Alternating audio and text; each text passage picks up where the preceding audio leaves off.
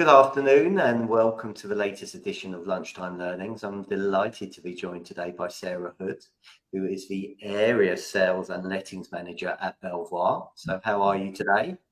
I am very well, thank you, Stephen. How are you? I'm really well, thank you. Excited to speak to you. Thank you. This feels like quite a big deal, like quite an honour almost. Do you know what? I have a lot of people that come on here and they say exactly the same thing, and it really gets them out of their comfort zone. And ultimately, that's where the magic happens, outside your comfort zone. It's a fun adventure. So thank you for coming on. So tell us a little bit about yourself. How did you get into agency? And I know you've been doing it for over 10 years. We'll dissect it and we can pick the bones of it and you can share all the lessons you've learned, if that's okay. So I'm going to give you the full trope. I fell into it completely by accident. Both my parents, when I was growing up, were mortgage brokers. So I kind of had this idea of what it might mean to be an estate agent. And then whilst I was at university studying a photography degree of all things, I started working at Romans part-time as a little weekend viewings run around, which was great fun, like enormous fun. To the point that when I finished my degree, I thought I could do this full-time for a bit until, I become a famous David Bailey-esque photographer. And that was 10 years ago. So I kind of haven't fallen out of it yet. So yeah, that's how it all began. I guess I've just ridden the wave since. Good. So you were at Romans? Yes, I was at Romans. Yeah, for the best part of 9 years all in. Okay. Moved around 5 of their branches, which was enormous fun. Presented me lots of exciting opportunities. Was at Wokingham 3 times, I think, in the end. Camberley twice. So I got around while I was there, which was great fun. Started, as I mentioned, as a sort of a weekend run around, went full time as a lettings neg, did well, I like to think. Started listing. Then by the time I left, I was the assistant manager in Wokingham. Having a wonderful time, really, in all those years, learning, as I say, running around like a mad person. Making loads of mistakes, but having loads of fun making them, learning a lot from them. And yeah, that was fun, really. Exciting. Right, so let's talk about that. So what were the lessons? Let's talk about mistakes, actually. And I heard this recently, and I can't remember where I heard it, but it was definitely in the last 48 hours where, and there's your cat jumping up in the background. There's the cat. She couldn't not. So, and I heard a lot of somebody, but actually the real learning happens when you make mistakes. Oh, completely. So what were the sort of mistakes that you were making, if you're happy to share? And what did you learn from them? It's all the classic. Nothing that would end me up in jail. I didn't not do someone's right to rent before they moved in, although I'm sure that's probably happened, just not in my memory. But things like losing keys, or getting myself locked in a garden once for a whole morning because I'd leant against a back door that was self-locking, and then it was mid-terrace, so I couldn't get out of the garden, and the keys and my phone were on the kitchen table just looking at me. All the silly little things. And I think that's, you get burnt, and then maybe you get burnt, in my case, once or twice more with these sorts of things. And then you soon learn that actually you should probably just pay more attention. I guess. So yeah, lots of, daft things. I tried to break into the wrong flat once. The police were phoned. That was great fun. I was absolutely insistent that it was number 6 that we were due to go to for a viewing. And this was while I was still a weekend run around. Like, it was all crazy. It was all hectic. And I was absolutely insistent it was number 6, and it was an old couple that lived there. And they were like, no, you've come to the wrong place. And I was like adamantly trying to jam my keys in the door, like, no, I'm coming in. And they were adamant that I wasn't. Then I looked back at my viewing sheet and realised, no, it's actually number 5 I'm meant to be going to. Sorry. Close. Whoopsie. Yeah, no, at Green & Co, we used to have something every month called Mistake of the Month. So Love that. every branch had to share what their mistake was. And Mm-hmm. we actually paid people £25 Stop it. That was a great incentive. well, it was to learn. You know, it was all about Yeah. learning and learning from everybody's mistakes. So for us, you know, that worked, and hopefully people didn't make the same mistakes once or twice. I think the best thing that I ever came across was a guy came into the office, and I hasten to add, it had nothing to do with me. It was a different branch. And he came into the office to pick up his keys for completion. So he Mm-hmm. went down. And he couldn't get into his property. So he Really? phoned up the agent, and the agent said, "Yeah, look, I'll come down and I'll help you." So he takes the keys and he opens the door of a property opposite. And the guy said, "Well, what have you done? I didn't buy that flat. I bought this one." So he said, "No, you never. You bought that flat." And his solicitor didn't actually pick up that he bought the wrong No. flat. Yeah, Okay. so Whoopsie. don't ask me what the outcome was because I can't Happens to remember. the best of us, I'm sure. But I think mistakes is an important lesson to learn. Definitely. As long as you're not doing it twice. Well, no, and I think that's something that now that I have a team of my own, I really stress to them is that, look, you're going to make a mistake and it's fine if you do, because there are 99% of things we can fix. You know, there's nothing really, really, really unsolvable. So long as you tell me about it, we can fix it. If you hide it and bury it, I can't fix it and I can't save you. So that's the sort of the manifest I have, I guess, with my team is that, look, let's just laugh about it. You know, we'll fix it, then we'll all learn from it, and then we can all move on with our day and do something better instead than, you know, because these things happen. They're going to happen. There is no flawless system that I've found yet for anything, you know, be it estate agency or life. Mistakes happen all the time. 100%. So coming back, going from I suppose a weekend viewer to a letting negotiator, what were the lessons you actually learned becoming a letting negotiator? So I think lettings negotiation has changed a lot, legislation wise, certainly in the 10 years that I've been doing it. I mean, right to rent has always been there since I've been doing it, but now there are things like testing the smoke detectors, you know, EICRs are now a thing, whereas they weren't before. So there's so much more to it now than there ever was then. And I'm almost grateful that, you know, I had that time as a negotiator where you could just literally run around all day. And the market, of course, has changed a lot in that time as well. You know, we would have a jam-packed viewing from dawn till dusk of just running around doing viewings. I guess if I was to pass on a tip to anyone starting now, it would be to learn your patch like the back of your hand, be that your hometown or wherever it is you're working, because that will save you innumerably in so many ways. I mean, I had this thing where I would allow myself to have the sat nav to get to the appointment, but I wouldn't allow myself to have it back. So I had to find my own way back. And that really ingrained in my brain where all the local schools were, how far things were from the train station. And, you know, because where I moved around within Romans so much, I mean, I was in 5 different offices at various points. I had to learn quick where things were. And I found that to be a really effective way of, you know, getting my bearings wherever I was.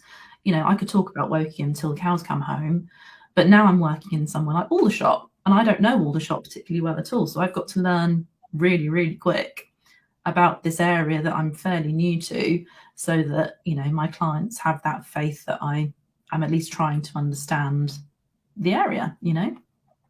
That's a great tip. I think knowledge is so important, and the best agents that I've come across, they want to outlearn and they want to knowledge and out-knowledge every single one of their competitors in their area. And I know a lot of agents have got a knowledge Bible. So any new starters that come in is right, let's sit down every day in our morning meeting, and every single person has to come in about one knowledge about Aldershot. And then you build up this Bible, and it makes it a lot easier.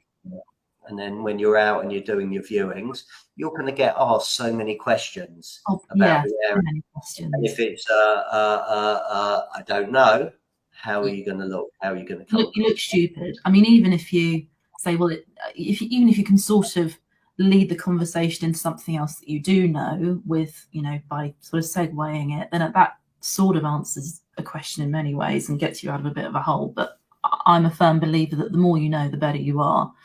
And if, certainly in a market that's much tighter now, if you don't have the answer to that question, they're going to go on a viewing the next day or later on that afternoon with someone that does know what they're talking about, and they're going to have much more confidence in that person that does. 100%.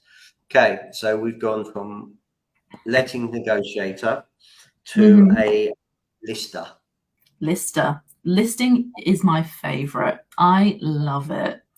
And I think it's just such a peoply thing. And I'm a big people person, but I also love enthusing about other people's lives. I like finding out a bit more about them. In fact, I think that's why I loved the job initially so much, is because I'm so nosy. I liked going in other people's houses and seeing all their stuff. I used to play this game where if I was on a viewing and I hadn't met the tenants yet, I'd try and work out in my mind who they were. And like just from the way they laid their house out to the clothes that were in their ward, like all this, without snooping too much, like just try and work out who they are. I find that quite interesting. But listing is like a whole nother ball game, because you've got to make friends with someone within a minute. Basically, you have to show them your worth within the first 5 minutes, or else you're done. I always find. And for me, I'm a person, I like to be liked, and so losing instructions I take very personally. And it's something actually that Alistair, who I used to work with at Romans, always said, the only reason you lose instructions is because they didn't like you as much as they liked someone else. And I was just always like, yes, that makes sense, but also that really bruises me. They didn't like me. And I just love making that friendship so quickly with people. I almost, you're walking in blind a lot of the time, really. You might have had a 5-10 minute conversation with them on the phone when you're booking the valuation, but you don't really know them from Adam. So for me, it's how can I find something to make friends with them about before I even arrive? And as a prime example, when I was working in Wokingham, I won an instruction once because this was a tout. I ran the owner and I said, "Hi, it's Sarah from Romans. When I was a kid and I was walking to school, I used to walk across your front lawn. Can I now come and let your house for you?" And they were like, "Yeah, sure, fun." And we just relayed like this whole childhood like story of how I used to walk across their lawn every day. And I'm really sorry about that. Just find something to talk to these, to people about. I find it quite interesting how, mentally dexterous that can be sometimes. Okay, so you said about showing your worth. How can you show your worth? Because wherever you are, whether it's in the Camberley area, whether you're in the Aldershot area, it's very, very competitive. So how can agents demonstrate their worth and add value? So I will never ever walk into a valuation and say I'm the best agent in the town, because I'm probably not. And by what yardstick would I decide that anyway? I mean, Chris Watkin bangs on enough about those Rightmove pie charts, and I'm inclined to agree. They're nice to have, but they're not the be all and end all if you're doing your job properly. So what is the USP of either Romans or Belvoir or whoever they're representing in that appointment? And the only real USP at that time is me. Professional photography is 10 a penny. No deposit options are 10 a penny now. There are no real, I don't believe, truly unique selling points anymore necessarily. So I have to sell myself. And what can I do differently from another agent? I will never say I'm the best, but I can certainly strive to be the friendliest and the most enthusiastic and, the most willing to spend my time getting to know you and your needs more than my competitors, who are all much of a muchness, I'm sure, and all delightful in their own ways. But how can I build that relationship quickly and get them to trust and understand me, and me to understand them, so that we can have a good relationship to, as I say, try and find that common goal and get there. So yeah, that's what I think value really is. It's not necessarily the biggest, the flashiest, the fanciest. We will take the time to understand and nurture this process for you, and I will be your friend through it, and I will, fulfill that promise one way or the other. Perfect. Okay, so coming back to listings, have you got any tips for agents watching this to convert at a higher rate? Oh, crikey. Getting anything in the current market is worth a win, right? And I think if you're going into the appointment assuming you might lose it, then you probably will. So I think if you want to convert things, make sure you are demonstrating that extra mile from the beginning. So it all starts with either that instant valuation request or that call into the office. Make sure that their experience from the beginning is great, because if you're chasing your tail, you've already lost, really. So are your team effectively handling those calls in? Are they being passed to the right people at the right time? Are they being followed up as quickly as possible? Are you friendly and engaging on the phone, or is it just like, oh God, the phone's ringing? It's all those sorts of things that I think from the very beginning just set the tone. And I feel like if they can see that you're gonna be that way with anyone that phones in, they're more likely to feel that warmth to you from the beginning. I don't have a set list of valuation questions when people phone in for evaluation, because I just think that almost you get into that script mode of what's your name? How long have you owned the house? Does it have 4 bedrooms? Are they all boring? Not interested, really. That's great fact finding, but you're asking them a one-word answer question. That doesn't build rapport. That just fills in a form. And if people feel like they're a form that's filled in, then they're not going to feel that warmth. Something I also hate is the sound of people tapping on the other end of the phone. So it's almost like you can see them with either those dumb headsets on, the phone in the crook of their neck, and you can hear them tap, tap, tap, tap, typing. And that's not actively listening to me. That's form filling, which doesn't, as I say, set the tone quite right for me. So if you want to convert more, would be to actually start off as you mean to go on, and actually, as I say, feel the warmth. 100%, couldn't agree more. I think that first impressions are really, really important and make a massive difference. Okay, so you went from a lister to assistant manager, managing colleagues, managing staff, now an area manager. So how do you find that? I actually love it. I have this idea that, I've had managers who are great, I've had managers who are not great, and they have their reasons. And Roman's very kindly provided quite a lot of leadership training for us. They put on a 6-month course, and I found that really, really insightful. I feel like from even school days, the report always said Sarah doesn't have enough attention to detail, Sarah is this, Sarah is that. And I've had managers since who have highlighted that again, so it's no surprise to me that this is still true. But it's always been something that I don't resonate with, is you've done 9 things right, but what I'm going to do is spend your half an hour one-to-one berating you for the one thing you did wrong. Not into that particularly. And again, it's about that I've made a mistake, so I know how to fix it. It's all back to that psychosis of my team trusting me and knowing that they can come to me with anything and that I'm not going to yell at them for it. I think that's, I've recently taken over this team, and it's kind of like they're quite an established team. How am I going to fit in? So I think having a sort of almost like a friendship level that's not also completely pally. I like to think they know that they can come to me, but they'll also I don't know, like we can be friends, but there is also a level where I have my standards, and if those standards aren't met, they'll know about it, if that makes sense. And I think there are lots of very different personalities in my team as well, all of whom need guidance and support in different ways. And, you know, there'll be managers that will say, all my team are treated the same. Why are they all treated the same? Because they're not all the same person. You know, part of that training was about, you know, the classic 16 personality type tests. That really resonated with me because, you know, on this test it said, yes, Sarah, you're easily bored, you have poor attention to detail, and you know, but you also are a great people person. So it kind of showed me that balance. So when I started with this team, I got them all to do it as well, and you know, they then saw that all the negatives that perhaps had been highlighted to them previously were then balanced with good things.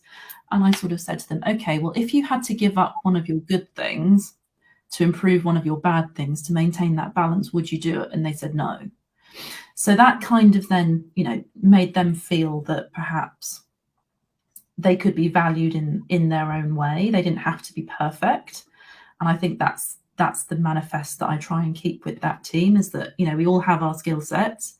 That's why we work well as a team, and that's why we each have our strengths and we each have our weaknesses, and we should work out the best way of working with those and utilize those, and still obviously work towards making improvements on those negatives, but they're not the be all and end all, and we can work around them to make them suit everybody. So I don't have a one size fits all approach to managing any of my team at all, because they're all so different. So where would one get hold of this personality test? So if you just Google 16 personality tests, it's completely free. It's all linked back to that old fashioned blue, yellow, green, red, but then a bit more extended. And it gives you a full breakdown of, you know, my personality type is entertainer, for example, which is one of the yellow categories.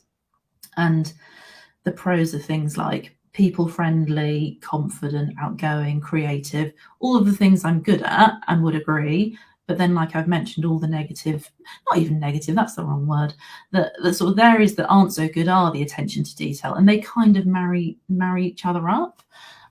Whereas two of my team had more blue personality types, they were more analytical and they were more attention focused. And that's great, because if we were all the same, that would be really boring. And you know, neither of us is any less effective as an agent, despite these different personality types. You know, it's just how do we work together to make sure that we're each batting for our best team, as it were, each batting in our best roles, and making that really effective. Lovely. So you've just recently become a regional ambassador for I women. have. This is so exciting. I was hoping you'd talk about this. So congratulations. Thank you. Tell us a little bit more. I know the Women in the State Agency group has grown considerably, and you've got over 3,000 Facebook members now, which is absolutely amazing. incredible. And actually, it was Megan 18 who invited me to join the group. Must have been over a year ago now. And she joined this group. It's great fun. So I was like, okay, perfect. So I joined, like stayed lurking for a while, didn't get too involved. But, you know, saw all sorts of different people from all walks of life in all parts of the country, be it what we might call back office staff in sort of admin and property management roles, then branch people, negotiators just starting, all sorts of different people coming together to be helpful and nice. And that felt very alien almost, because certainly in my early Romans days, we were competing with all of the, you know, nonsensey other agents who weren't as good as us, and you know, it was us versus them, and there was, you know, all the fun usual beef. But you know, this place, you know, we would help each other and we were nice to each other, and it was kind of just very different from anything that I experienced in this world before. So you know, I proffered a question saying, I need some help with this, can anyone recommend a good solution to this particular problem? And you know, I had 4 or 5 replies, and I thought, oh, that's nice, thanks. So I started getting a bit brave and replying to other people if they were asking like a lettings legislation question, or how should I go about doing this, or And it's just become this really nice place where you can throw a joke and a meme in there. You can throw a serious question in there. You can share if you've had a bad day. And, you know, I put a post in there recently because I had a bit of a tough week last week. And I said, I'm having a tough week. Throw me your funniest, craziest stories from the job. I need cheering up. And there was over 60 comments of people just saying, oh, I did this and it was really silly. Or, oh, a tenant's just phoned and said this and it was really daft. It's just a really nice place to be. And, you know, in a slightly more serious vein, when I was made redundant earlier this year, I put in the group, girls, I'm really sorry. Like, not really sorry. I'm really sad. I've been made redundant. I'm struggling to find my next step. I'm a bit lost. Help me. And so many people messaged me personally in the group and then DM'd me directly, recommended me job listings, took time out of their day to search job boards for me. It was such a nice, kind thing for everyone to do. And it's just amazing, this happy, cool place where people can just be nice to each other, which is not usually what you see on Facebook or the world at all. And if anybody watching this wants to get involved, wants to join the group, how do they do that, please? So if you just search Women in Estate Agency on Facebook, you just click the join button. One of the many amazing page admins will let you in, and then you just join in. It's amazing. You don't have to feel sheepish or shy and wait at the back for your turn. Just jump right in. It's fun. It's great.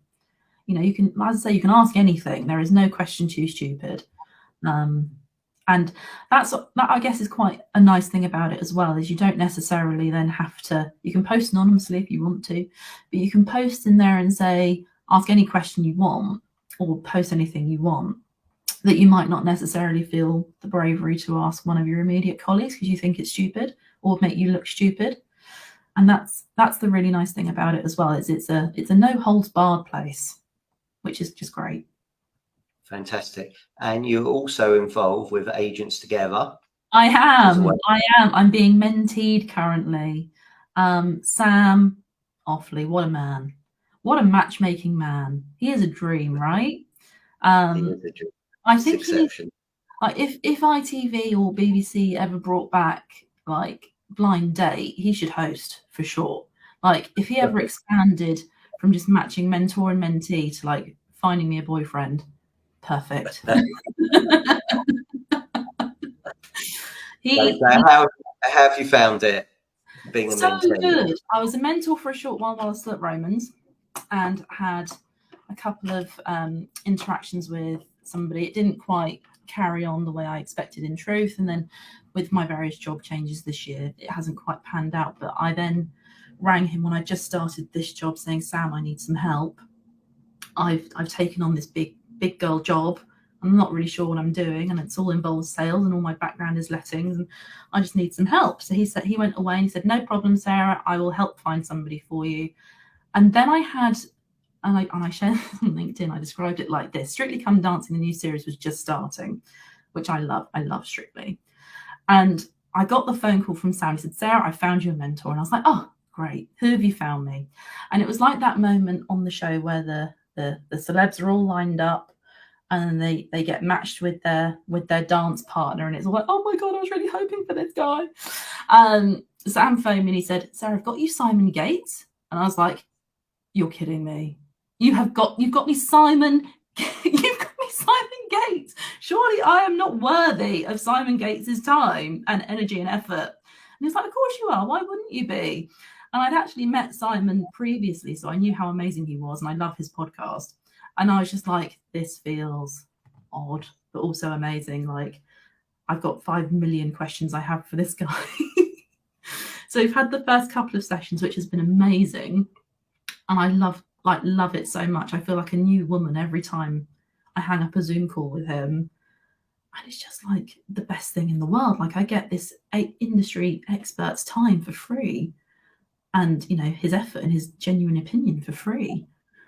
And I don't really know what I've done to deserve someone as great as Simon, but whatever it is, I'm thanking all my stars for that, because he has been so helpful, not just with, you know, getting to grips with sales and this big new girl job, but like life generally. he's got so many good ideas. And he's so encouraging as well, which is really nice. There's no judgment in him at all. Like, he just wants other people around him to do well and to have the wealth of knowledge and experience from other people, which is great. Simon is exceptional. So, and He's what I so love good. about he, not only is his podcast exceptional, but his willingness to learn and thirst to learn and learn even more, and even more, and learn even more. Well So, talking about learning, then, Mm-hmm. The learning you get from Simon, what else do you do to learn? So I listened to the Lunchtime Learnings podcast hosted by this guy, Stephen Brown. You might have heard of him. I don't know who he is.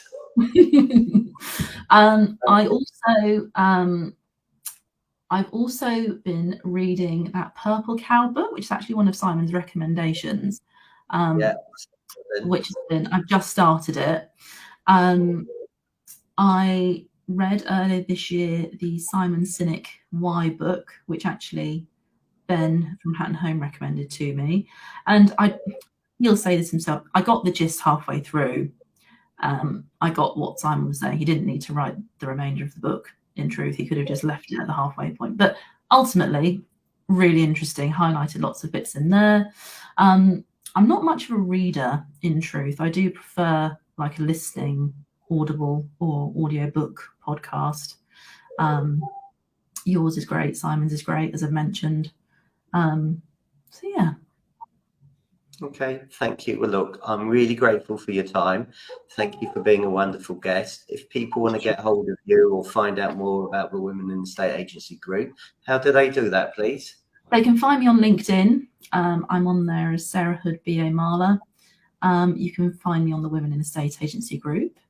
Yeah, you can find me in those places. Do say hi. Brilliant. Well, look, thanks very much for your time. Thank you. Every success in your new role. Thank you. Got something who's exceptionally going to help you, being a great mentor as Simon is. So I know you're going to do exceptionally well, and I look forward to watching your growth and success. So thanks very much for your time. Thank you. Speak to you soon. Cheers. Bye.